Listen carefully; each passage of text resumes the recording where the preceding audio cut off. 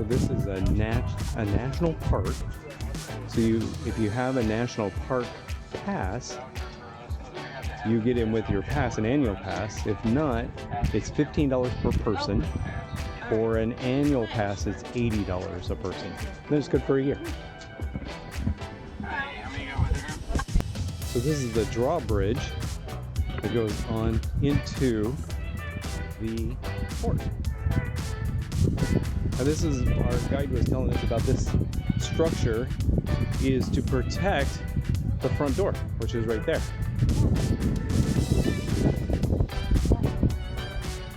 This structure I pointed to, yes. And it's all made of stone or a natural coquina, which is taken out of the bay. And when they take it out of the bay, it's super soft where they can literally cut it with a saw, and then they age it for a year and it becomes super hard, but yet by letting it dry in the sun. But yet cannonball proof, because when a cannonball hits it, it kind of sinks into it or bounces off of it, but doesn't act like concrete and shatter the whole wall. Because of the air pockets. And you can see up here, or here, like all the little shells that this is made of, and there would be some of the air pockets. So this is just really sediment. Sediment, really. Yeah, that's right. Sediment in the river that they cut into these stones and let them cured for a year, and here it is. Pretty crazy.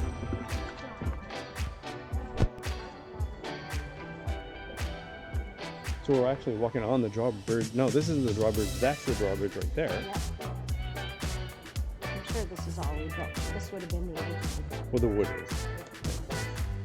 All the coquina is original. Yeah.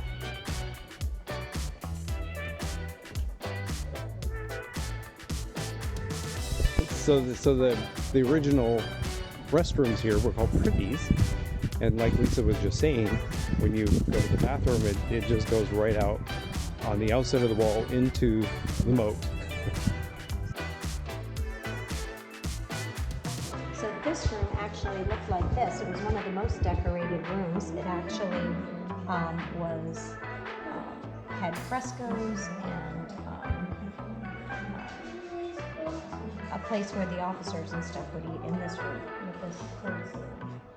Right, we learned of frescoes in Italy, which a fresco is the paint is actually put into the plaster as a coloring when the plaster is put on the walls, which are called frescoes.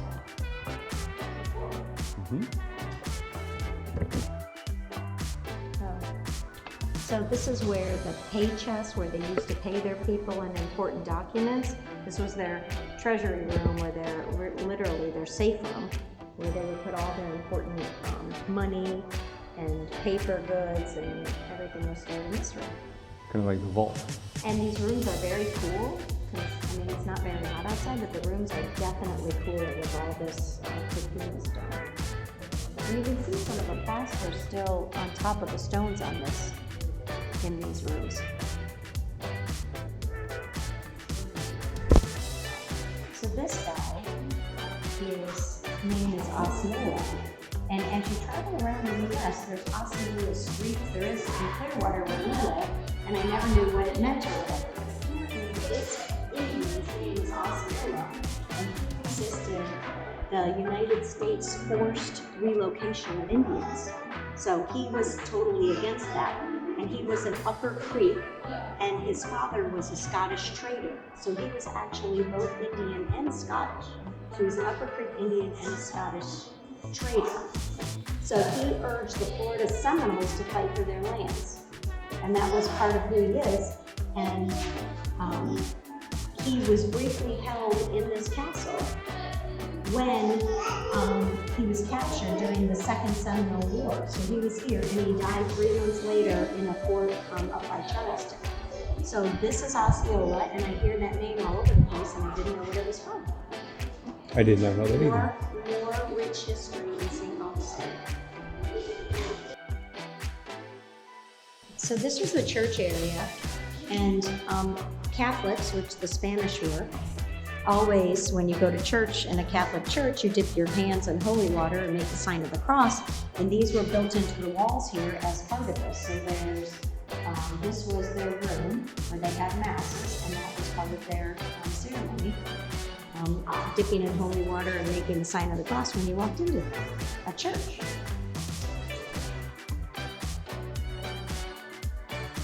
This is an interesting person because we learned that the Indians that were found when Ponce de Leon or Juan Pon from Leon, which is what his real name is. It's not Ponce de Leon, it's Juan Pon from Leon, Ponce de Leon. But when he came here, the Indian tribe was actually the power didn't pass from father to son, it passed from mother to daughter. And this was one of the women that must have come from this tribe, because here, so in Spanish Florida, property often passed from mother to daughter, and many women ran businesses and amassed holdings in real estate. She was the third of 6 daughters and married several times, and she raised her family in a household by herself for years. But like most of the Indians, she fled to Cuba when the British came and took over because they were not so tolerant of other people and other religions and other nationalities. Interesting, more history. I was wondering this as we were hearing about the different histories. I knew that the Spanish settled it and then the British took it over, but then it went back to Spain and I didn't know how. So apparently what happened is there was a siege on Pensacola. So the Spanish came in and seized Pensacola, which is up in the Florida Panhandle. And when they did that, the British then agreed to a treaty to end the war and return Florida back to Spain. So that's how it went from Spanish to British back to the Spanish.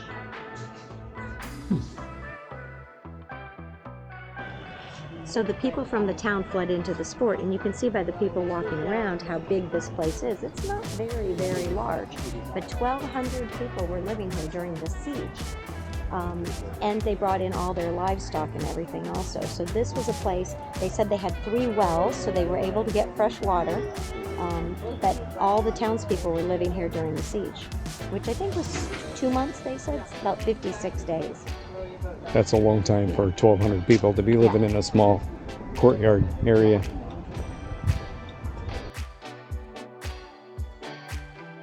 So this would be where that they kept those were used to stuff the balls into the cannons. Mm-hmm. Powder and the balls. Then the cannonballs. Yeah. Right. Powder kegs. Powder kegs where they keep that. So this is Pedro Menendez, and this is what our guide was telling us, that he was sent over by Spain when they heard that the British were coming over. So he was sent over to actually form St. Augustine, to populate Fort Augustine St. Augustine as a colony. So he was the original person that came over here and brought people to populate St. Augustine. And he was the person that defended it when the Huguenots landed. The people who were fleeing French persecution came from France and settled up in northern Florida, a little bit north of here, maybe 40 miles. And he was sent up there also to defend it and take it back from them.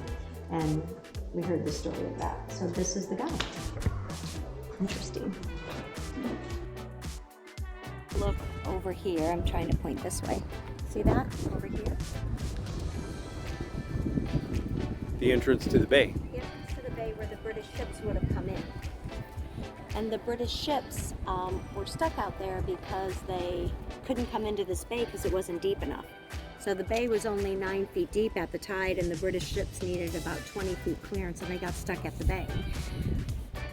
What they say about the cannons is that they were so good at firing the cannons that even at that distance out there, they could actually hit them. So they had to park way outside of the bay because when they got into that narrow place, the cannon were so good, and the people who fired it, that they could actually hit the ships as they were coming into the bay. So this was a perfect location. It was the only way they could come in and out of here. And at the time, St. Augustine was surrounded on 3 sides by water. So this was the way that they fortified and held against it, and the big tower there was used in order to spot ships coming in and out. And you can see how narrow the passageway is out there for the enemy ships to come through. And did you see the tower? Mm-hmm.